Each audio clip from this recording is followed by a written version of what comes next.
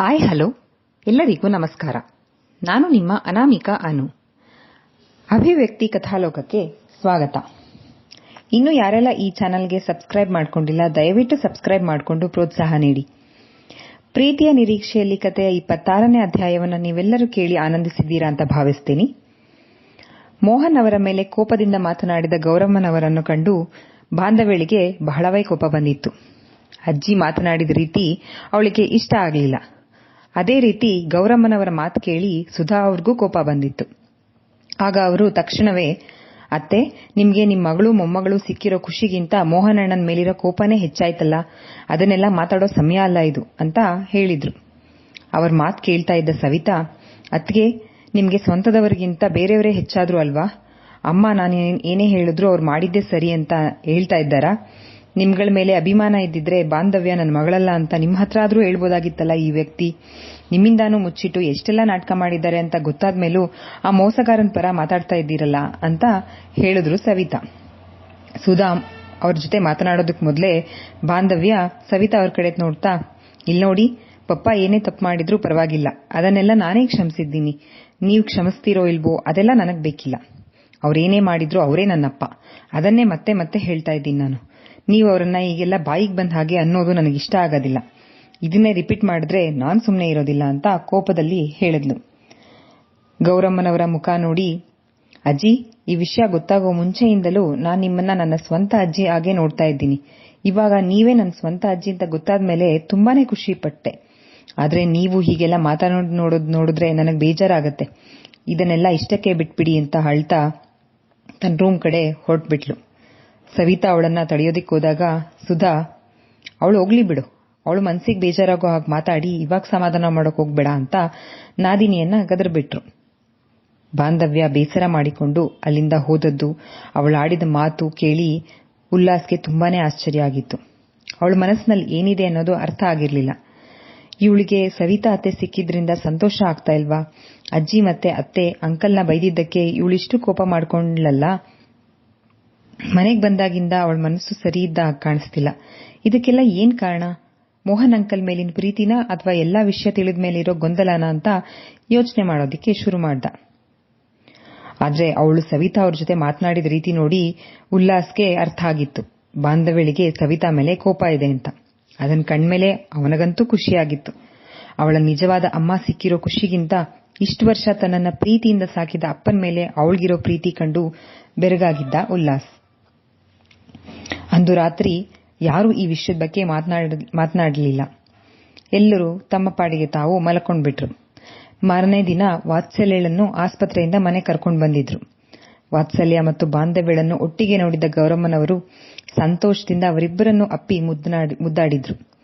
ಇಷ್ಟು ವರ್ಷ ತನ್ನ ಮಗಳಿಗೆ ಅಜ್ಜಿ ತಾತನ ಪ್ರೀತಿ ಸಿಕ್ಕಿರ್ಲಿಲ್ಲ ಅಂತ ಕುರುಕ್ತಾ ಇದ್ದ ಸವಿತಾ ಅವ್ರ ಕಣ್ಣಿಂದ ಆನಂದ ಬಾಷ್ಪ ಕಂಡು ಸುಧಾ, ಆಗೋದಿಲ್ಲ, ಒಳ್ಳೇದಕ್ಕೆ, ಅಳ್ಬೇಡ, ಸುಮ್ನಿರು ಅಂತ ಹೇಳಿ ಅವ್ರನ್ನ ಸಮಾಧಾನ ಮಾಡಿದ್ರು.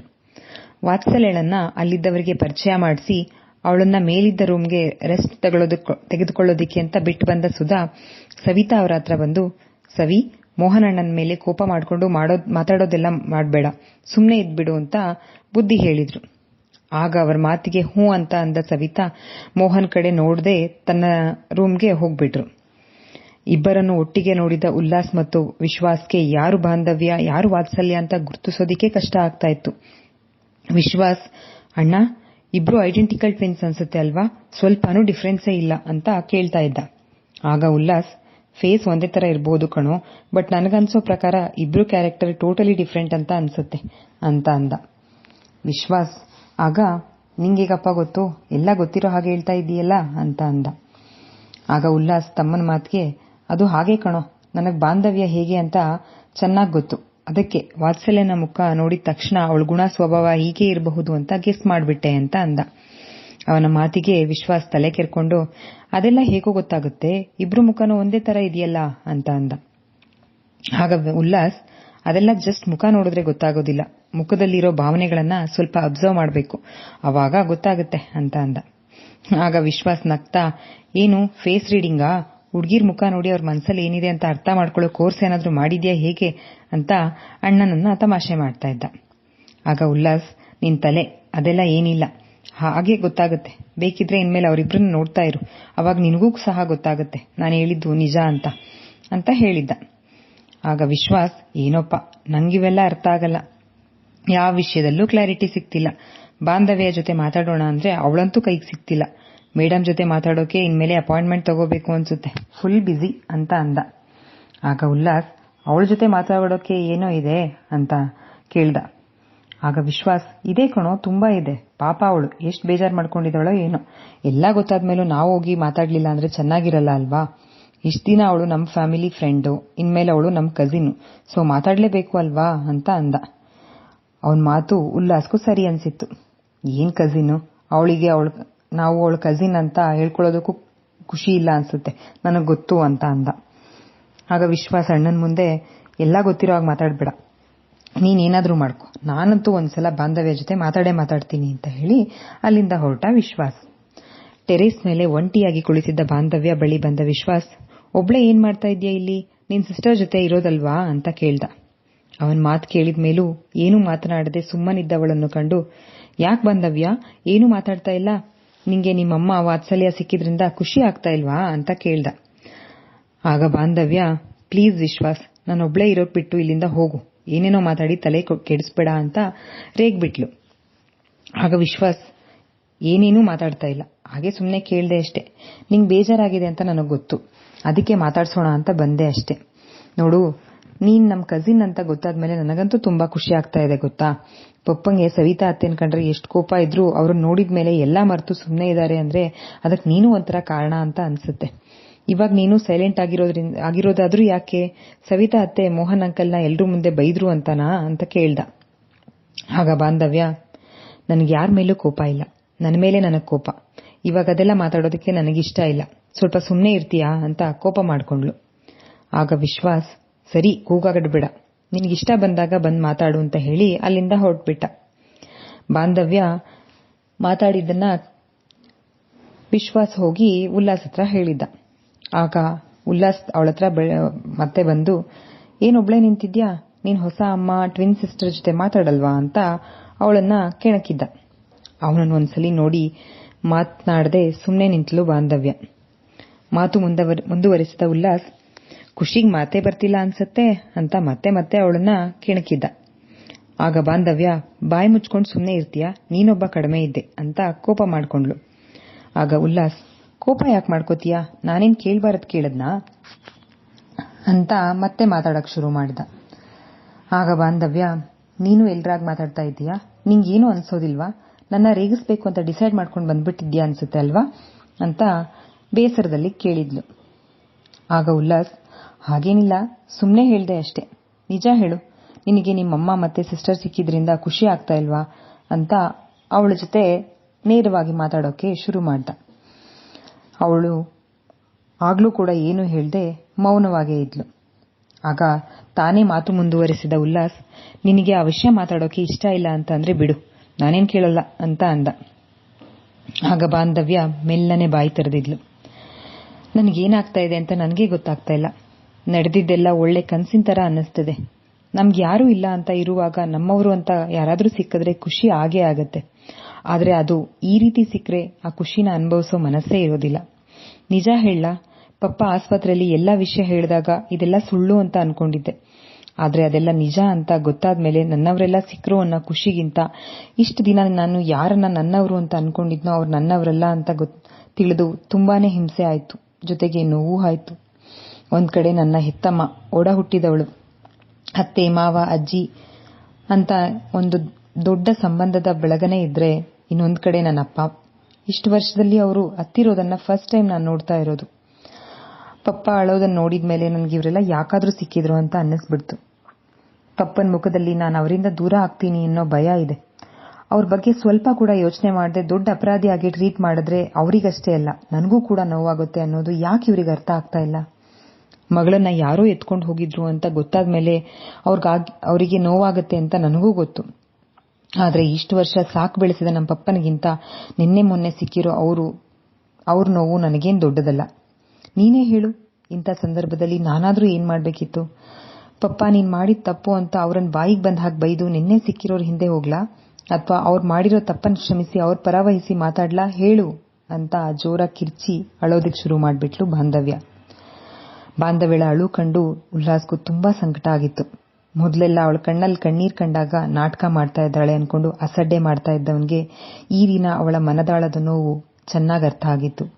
ನೋವು ಎಷ್ಟೇ ಇದ್ರೂ ಅವಳ ಮಾತಲ್ಲಿ ಒಂದು ಪ್ರಬುದ್ಧತೆ ಇತ್ತು. ಅವಳ ಪ್ರೀತಿಯಲ್ಲಿ ಕಲ್ಮಶ ಇರಲಿಲ್ಲ. ಅಲ್ಲದೆ ಅವಳು ಸವಿತಾ ಅವ್ರ ಮೇಲೆ ತೋರುವ ಕೋಪದಲ್ಲೂ ನ್ಯಾಯ ಇದೆ ಅಂತ ಅನಿಸಿ ಅವಳಿಗೆ ಬೆಂಬಲ ಕೊಡೋದಿಕ್ಕೆ ನಿರ್ಧಾರ ಮಾಡಿಬಿಟ್ಟಿದ್ದ ಉಲ್ಲಾಸ್. ಇಂಥ ಪರಿಸ್ಥಿತಿನಲ್ಲಿ ನಾನು ಅವಳಿಗೆ ಸಮಾಧಾನ ಮಾಡೋದೇ ಒಳ್ಳೇದು ಅಂತ ಅನಿಸಿತ್ತು. ನೋಡು, ಸಮಾಧಾನ ಮಾಡ್ಕೊ, ಅಳ್ಬೇಡ ಅಂತ ಹೇಳಿ ಅವಳ ಭುಜದ ಮೇಲೆ ಕೈ ಹಿಡಿಸಿದ್ದ. ಇಷ್ಟು ಹೊತ್ತು ಮನದ ತಲ್ಲಣಗಳಿಗೆ ಸಿಕ್ಕು ಒದ್ದಾಡಿ ಹೋಗ್ತಾ ಇದ್ದವಳಿಗೆ ಒಂದು ಸಾಂತ್ವನದ ಅವಶ್ಯಕತೆ ಇದೆ ಅಂತ ಅನಿಸಿತ್ತು. ಯಾವಾಗ ಉಲ್ಲಾಸ್ ಬಂದು ಸಮಾಧಾನ ಮಾಡೋದಿಕ್ಕೆ ನಿಂತ್ಕೊಂಡೋ ಗಟ್ಟಿಯಾಗಿ ಅವನನ್ನ ಅಪ್ಕೊಂಡು ಜೋರಾಗಿ ಅಳೋದಿಕ್ಕೆ ಶುರು ಮಾಡಿಬಿಟ್ಲು ಬಾಂಧವ್ಯ. ಆದರೆ ಅವಳ ಈ ಅನಿರೀಕ್ಷಿತ ಅಪ್ಪುಗೆಯಿಂದ ಉಲ್ಲಾಸ್ ವಿಚಲಿತನಾಗಲಿಲ್ಲ.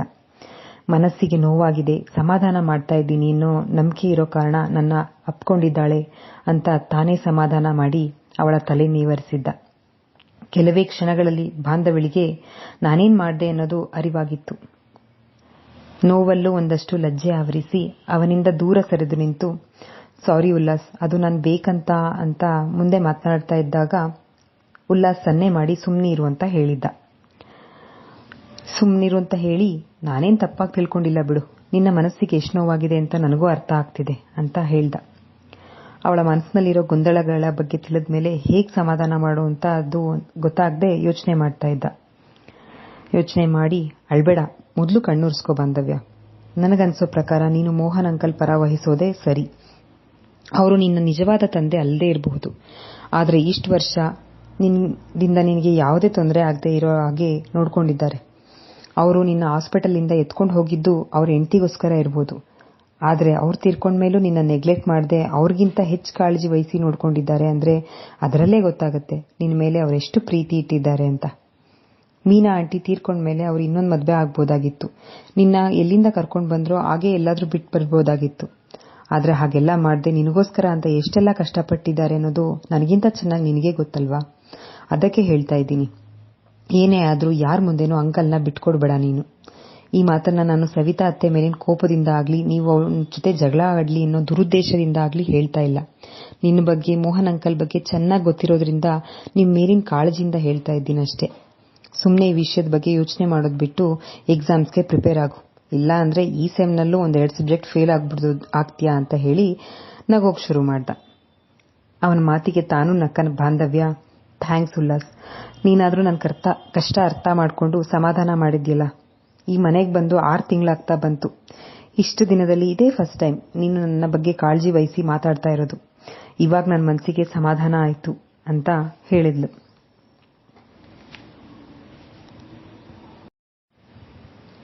ಆಗ ಉಲ್ಲಾಸ್, ಆಯ್ತಾಯ್ತು, ನನ್ನನ್ನ ತುಂಬಾ ಹೊಗಳ್ಬೇಡ, ಹೋಗು ನಿನ್ ಟ್ವಿನ್ ಸಿಸಿ ಜೊತೆ ಮಾತಾಡು, ಅವಳಿಗಿಲ್ಲಿ ಯಾರ ಪರಿಚಯನೂ ಇಲ್ಲ ಅಂತ ಹೇಳ್ದ.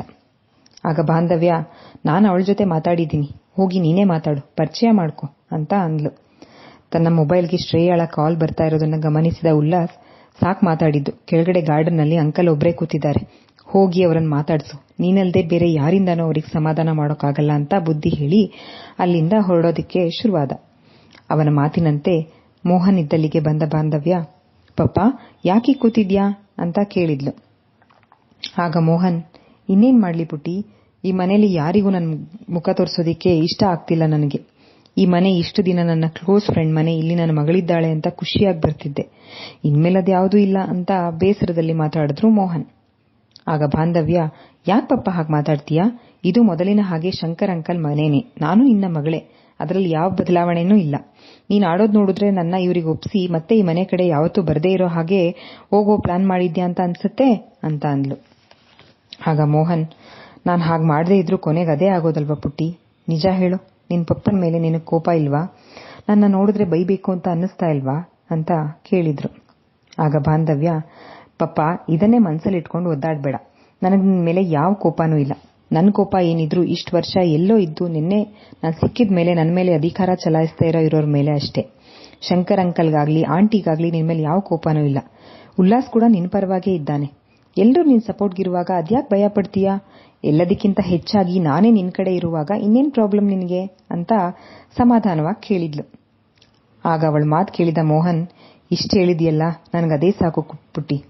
ಆದರೂ ಮಾಡಿರೋ ಕೆಲಸದಿಂದ ಅಪರಾಧಿ ಮನೋಭಾವ ಮನಸ್ಸಲ್ಲೇ ಉಳ್ಕೊಂಡಿದೆ. ಸವಿತಾ ಅವರಿಗೆ ನನ್ನ ಮೇಲೆ ತುಂಬಾ ಕೋಪ ಇದೆ.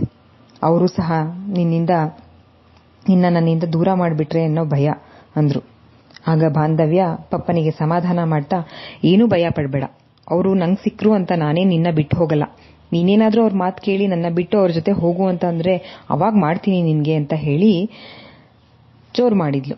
ಮೋಹನ್ ಮಗಳ ಮಾತು ಕೇಳಿ ಕಣ್ಣೀರೊರೆಸ್ಕೊಂಡು ಪ್ರೀತಿಯಿಂದ ಅವಳನ್ನ ಅಪ್ಪಿಕೊಂಡ್ರು. ಗೌರಮ್ಮನವರ ರೂಮ್ನಲ್ಲಿದ್ದ ಸವಿತಾ ಅಮ್ಮನ ಜೊತೆ ಮಾತನಾಡ್ತಾ, ಸವಿ, ನಿನ್ ಗಂಡ ಎಲ್ಲೇ? ನಿನ್ನೆಯಿಂದ ಬಂದೇ ಇಲ್ಲ ಅಂತ ಮಗಳನ್ನ ಕೇಳಿದ್ರು. ಅವ್ರ ಗಂಡ ತೀರ್ಕೊಂಡಿರೋ ವಿಷಯ ತಿಳಿಸಿದ ಸವಿತಾ, ಅವರಿದ್ದಿದ್ರೆ ನನ್ಗೆ ಯಾವ ಕಷ್ಟನೂ ಇರ್ತಿರ್ಲಿಲ್ಲ ಅಂತ ಅಳ್ತಾ ಇದ್ರು. ವಿಷಯ ತಿಳಿದ ಗೌರಮ್ಮನವರು ಕೂಡ ಅಳ್ತಾ, ಎಷ್ಟು ಕಷ್ಟ ಪಟ್ಟಿದ್ಯಾ, ಇಷ್ಟೆಲ್ಲ ಆದ್ಮೇಲೂ ನಿನಗೆ ನಮ್ಮೆಲ್ಲರೂ ನೆನಪು ಬರ್ಲಿಲ್ವಾ ಅಂತ ಬೈಯೋಕ್ ಶುರು ಮಾಡಿದ್ರು. ಸುಧಾ ಅಲ್ಲಿಗೆ ಬಂದು ಇಬ್ಬರನ್ನು ಸಮಾಧಾನ ಮಾಡಿ, ಅತ್ತೆ, ಇಷ್ಟು ವರ್ಷ ಅವಳು ಏನೆಲ್ಲ ಕಷ್ಟ ಅನುಭವಿಸಿ ಹೇಗೋ ನಮಗೆ ಸಿಕ್ಕಿದ್ದಾಳೆ. ಹಳೇದನ್ನೆಲ್ಲ ನೆನಪು ಮಾಡಿ ಅವಳಿಗೆ ಇನ್ನಷ್ಟು ಬೇಜಾರು ಮಾಡಬೇಡಿ. ಇವಾಗ ಅವಳಿಗೆ ನಾವೆಲ್ಲ ಸಿಕ್ಕಿದ್ದೀವಿ. ಹೆಚ್ಚಾಗಿ ಅವಳು ಇನ್ನೊಬ್ಳು ಮಗಳು ಸಿಕ್ಕಿದ್ದಾಳೆ. ಇನ್ಮೇಲೆ ಎಲ್ಲ ಒಳ್ಳೆಯದೇ ಆಗತ್ತೆ ಅಂತ ಅಂದ್ರು. ಬಾಂಧವ್ಯ ಜೊತೆ ಮಾತನಾಡಿ ಬಂದ ಉಲ್ಲಾಸ್ ಸುಮ್ಮನೆ ಕೂತಿದ್ದಾಗ ಅವನ ಹತ್ರ ಬಂದ ವಿಶ್ವಾಸ್, ಅಣ್ಣ, ಬಾಂಧವ್ಯ ಜೊತೆ ಮಾತಾಡ್ತಾ ಇದೆಯಲ್ಲ, ಏನ್ ಹೇಳಿದ್ಲು ಅವಳು ಅಂತ ಕೇಳ್ದ. ಆಗ ಉಲ್ಲಾಸ್, ನಿನ್ಗ್ಯಾಕೋ ಅವೆಲ್ಲ, ಚಿಕ್ಕ ಹುಡುಗನ್ ತರ ಸುಮ್ಮನೆ ಇರೋದ್ ಕಲಿ ಅಂತ ಅಂದಿದ್ದ. ಆಗ ವಿಶ್ವಾಸ್, ನಾನೇನ್ ಚಿಕ್ಕ ಹುಡುಗ ಅಲ್ವೋ, ನನಗೂ ಎಲ್ಲ ಅರ್ಥ ಆಗುತ್ತೆ. ಬಾಂಧವ್ಯ ಜೊತೆ ಮಾತಾಡಿ ಅವಳಿಗೆ ಸಮಾಧಾನ ಮಾಡೋಣ ಅಂದ್ರೆ ನನ್ ಮೇಲೆ ಕೋಪ ಮಾಡ್ಕೊಂಡ್ಲು. ಅದೇ ನೀನ್ ಹೋಗಿ ಮಾತಾಡಿದ್ರೆ ಎಷ್ಟು ಚೆನ್ನಾಗಿ ಮಾತಾಡ್ತಾಳೆ ಅಂತ ಅಂದ. ಆಗ ಉಲ್ಲಾಸ್, ಅದಕ್ಕೆ ಹೇಳಿದ್ದು ಚಿಕ್ಕ ಹುಡುಗನ್ ತರ ಸುಮ್ಮನೆ ಇರು ಅಂತ. ಅವಳಿಗೆ 1000 ಯೋಚನೆ ಇರುತ್ತೆ. ಅದ್ರ ಮಧ್ಯೆ ನೀನ್ ಹೋಗಿ ಹೇಗಿಗೋ ಮಾತಾಡಿದ್ರೆ ಕೋಪ ಬರ್ದೇ ಇರುತ್ತಾ ಹೇಳು ಅಂತ ಅಂದ. ಆಗ ವಿಶ್ವಾಸ್, ಇರಬಹುದು, ಹೋಗ್ಲಿ ಬಿಡು, ಸ್ವಲ್ಪ ದಿನ ಆದ್ಮೇಲೆ ಅವಳೇ ಸರಿ ಹೋಗ್ತಾಳೆ. ಸರಿ, ವಾತ್ಸಲ್ಯ ಜೊತೆ ಮಾತಾಡಿದ್ಯಾ ಅಂತ ಕೇಳಿದ್ದ. ಆಗ ಉಲ್ಲಾಸ್ ನೀರಸವಾಗಿ, ಅವಳ ಜೊತೆ ಮಾತಾಡೋಕೇನಿದೆ, ಬಾಂಧವ್ಯ ಜೊತೆ ಮಾತಾಡಿ ಅವಳಿಗೆ ಸಮಾಧಾನ ಮಾಡಿ ಬಂದೆ. ಬೇಕಿದ್ರೆ ನೀನ್ ಹೋಗಿ ವಾತ್ಸಲ್ಯನ ಜೊತೆ ಮಾತಾಡು ಅಂತ ಅಂದ್ಬಿಟ್ಟ. ಆಗ ವಿಶ್ವಾಸ್, ಮಾತಾಡ್ಬೋದು, ಬಟ್ ಏನ್ ಮಾತಾಡೋದು ಅಂತ ಗೊತ್ತಾಗ್ತಾ ಇಲ್ಲ. ಇರ್ಲಿ ಬಿಡು, ಅವಳು ರೆಸ್ಟ್ ತಗೋತಾ ಇರ್ಬೇಕು, ಆಮೇಲೆ ಮಾತಾಡಿದ್ರೆ ಆಯ್ತು ಅಂತ ಹೇಳಿ ಸುಮ್ಮನೆ ಆಗಿದ್ದ. ಸಂಜೆ ಶಂಕರ್ ಮನೆಯಲ್ಲಿದ್ದಾಗ ಎಲ್ರನ್ನೂ ಹಾಲ್ಗೆ ಕರೆದು ಮಾತಾಡೋಕ್ ಶುರು ಮಾಡಿದ್ರು. ಮೋಹನ್ ಕಡೆ ತಿರುಗಿ, ಮೋಹನ್, ಸವಿತಾ, ಇವಾಗ ಮಾತಾಡೋಕೆ ಕರೆದಿದ್ದು ನಿಮ್ಮ ಮತ್ತೆ ನಿಮ್ಮ ಮಕ್ಕಳ ವಿಷಯ. ಆಸ್ಪತ್ರೆಯಲ್ಲಿ ಮಾತಾಡಿ ನಮ್ಮ ಫ್ಯಾಮಿಲಿ ವಿಷಯನ ಎಲ್ರಿಗೂ ಗೊತ್ತಾಗೋ ಹಾಗೆ ಮಾಡೋದು ಬೇಡ ಅಂತ, ಇವಾಗ ಮಾತಾಡೋಣ ಅಂತ ಅಂದ್ರು. ಆಗ ಸವಿತಾ, ಅಣ್ಣ, ಇದು ನನ್ನ ಮಕ್ಕಳ ವಿಷಯ, ಇವರಿಗೂ ಬಾಂಧವ್ಯಗೂ ಯಾವುದೇ ಸಂಬಂಧ ಇಲ್ಲ ಅನ್ನೋದು ಅವ್ರ ಬಾಯಿಂದಲೇ ಬಂತಲ್ಲ ಅಂತ ಮೋಹನ್ ಕಡೆ ನೋಡ್ತಾ ಹೇಳ್ತಿದ್ರು. ಆಗ ಸುಧಾ, ನಿಮ್ಮಣ್ಣ ಮಾತಾಡ್ತಾ ಇದ್ದಾರಲ್ಲ, ಸ್ವಲ್ಪ ಕೋಪ ಕಡಿಮೆ ಮಾಡ್ಕೋ ಸವಿ ಅಂತ ರೇಗಿದ್ರು. ಅತ್ತಿಗೆ ಮಾತು ಕೇಳಿ ಸುಮ್ಮನಾದ ಸವಿತಾರನ್ನು ಕಂಡ ಅವಳ ತಾಯಿ, ಅವಳಿಗೆ ಎಷ್ಟು ನೋವಾಗಿದೆ ಅನ್ನೋದು ನೀನ್ ಗೊತ್ತಾಗಲ್ವಾ ಸುಧಾ, ನೀನ್ ಅವಳ ಜಾಗದಲ್ಲಿ ಇದ್ದಿದ್ರೆ ಗೊತ್ತಾಗೋದು ನಿನಗೆ ಅಂತ ಅಂದ್ರು. ಆಗ ಸುಧಾ, ಅತ್ತೆ, ನನಗೂ ಎಲ್ಲ ಅರ್ಥ ಆಗುತ್ತೆ.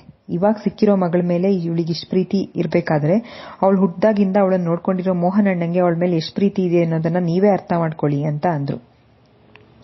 ಆಗ ಶಂಕರ್, ಸುಧಾ, ಸ್ವಲ್ಪ ಸುಮ್ಮನೆ ಇರು, ಯಾಕೆ ಅವರಿಬ್ರ ಮೇಲೆ ಆಗ್ರಹಿಸ್ತೀಯಾ, ಅವ್ರಿಗೆ ಅನ್ಸಿದ್ದನ್ನ ಅವ್ರು ಹೇಳ್ತಾ ಇದ್ದಾರೆ ಅಂತ ಹೇಳಿ ಸವಿತಾ ಕಡೆ ನೋಡ್ತಾ, ಸವಿ, ನೀನ್ ಏನೇನಾಯ್ತು ಅಂತ ಮೋಹನ್ ಹೇಳಿದ್ದಾನೆ.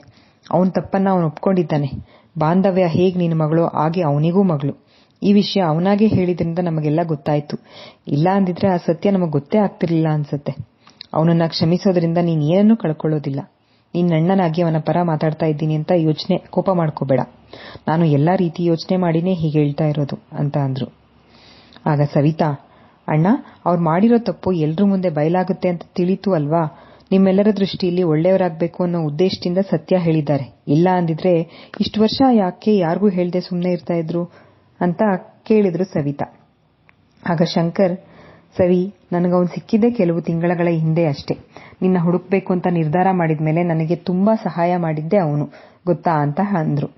ಆಗ ಸವಿತಾ, ಎಲ್ಲ ಮೋಸ ಅಣ್ಣ, ನಿನ್ನ ಮುಂದೆ ಒಳ್ಳೆಯವನಾಗಬೇಕು ಅಂತ ನಾಟಕ ಆಡ್ತಾ ಇದ್ದಾರೆ ಅಂತ ಅದೇ ಕೋಪದಲ್ಲಿ ಹೇಳಿದ್ರು ಸವಿತಾ. ಆಗ ಶಂಕರ್ ಕೂಡ ಕೋಪ ಮಾಡಿಕೊಂಡು, ಅವನು ಒಳ್ಳೆಯವನ ತರ ನಾಟಕ ಆಡೋ ಅಂಥದ್ದೇ ಅವಶ್ಯಕತೆ ಏನಿಲ್ಲ. ಅವನೇನು ಅಂತ ನನಗೆ ಚೆನ್ನಾಗಿ ಗೊತ್ತು. ನಾನು ಇಷ್ಟೆಲ್ಲ ಹೇಳಿದ್ಮೇಲೂ ನಿಂಗೆ ನಿನ್ನ ಕೋಪನೇ ಹೆಚ್ಚು ಅನ್ನೋದಾದ್ರೆ ನಾನು ಮಾತಾಡೋದ್ರಲ್ಲಿ ಯಾವುದೇ ಅರ್ಥ ಇಲ್ಲ ಅಂತ ಕೋಪ ಮಾಡ್ಕೊಂಡಿರು. ಮಗನ ಮಾತು ಕೇಳಿ ಗೌರಮ್ಮನವರು, ಅವಳನ್ನ ಯಾಕೋ ಬೈತೀಯಾ? ನನ್ನ ಮೊಮ್ಮಗಳನ್ನ ಇಷ್ಟು ವರ್ಷ ನನ್ನಿಂದ ದೂರ ಮಾಡಿದ್ನಲ್ಲ ನಿನ್ನ ಫ್ರೆಂಡು, ಅವನನ್ನ ಅನ್ನು ಅಂತ ಅಂದ್ರು. ಆಗ ಶಂಕರ್ ಮತ್ತಷ್ಟು ಕೋಪ ಮಾಡಿಕೊಂಡು, ಅಮ್ಮ ಸಾಕ್ ಸುಮ್ನೆ ಇರು. ನಿನ್ನ ಮಗಳು ಮೊಮ್ಮಗಳು ಇಷ್ಟು ವರ್ಷ ನಿನ್ ಜೊತೆನಲ್ಲೇ ಇದ್ರಾ? ವಾತ್ಸಲ್ಯಗಿಂತ ಮುಂಚೆ ಬಾಂಧವ್ಯನ ನೀನ್ ನೋಡಿದ್ದು ಅದ್ ನೆನ್ಪಿರ್ಲಿ. ಅವತ್ ಸವಿತಾನ್ ನೋಡ್ಬೇಕು ಅಂತ ನೀನ್ ಅಂದಾಗ ಇವನೇ ನನಗೆ ಒತ್ತಾಯ ಮಾಡಿ ಅದಕ್ಕೆ ಒಪ್ಸಿದ್ದು.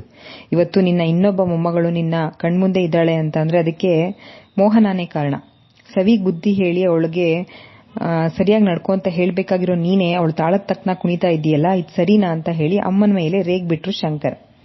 ಅವ್ರ ಮಾತು ಕೇಳಿ ಸುಮ್ಮನಾದ ಗೌರಮ್ಮನವರು, ಸರಿ ಇವಾಗ ಅದೇನ್ ಮಾಡ್ಬೇಕು ಅಂತ ನಮ್ಮನಿಲ್ಗೆ ಸೇರ್ಸಿದ್ದೀಯಾ ಅದನ್ನ ಹೇಳ್ಬಿಡು ಅಂತ ಅಂದ್ರು.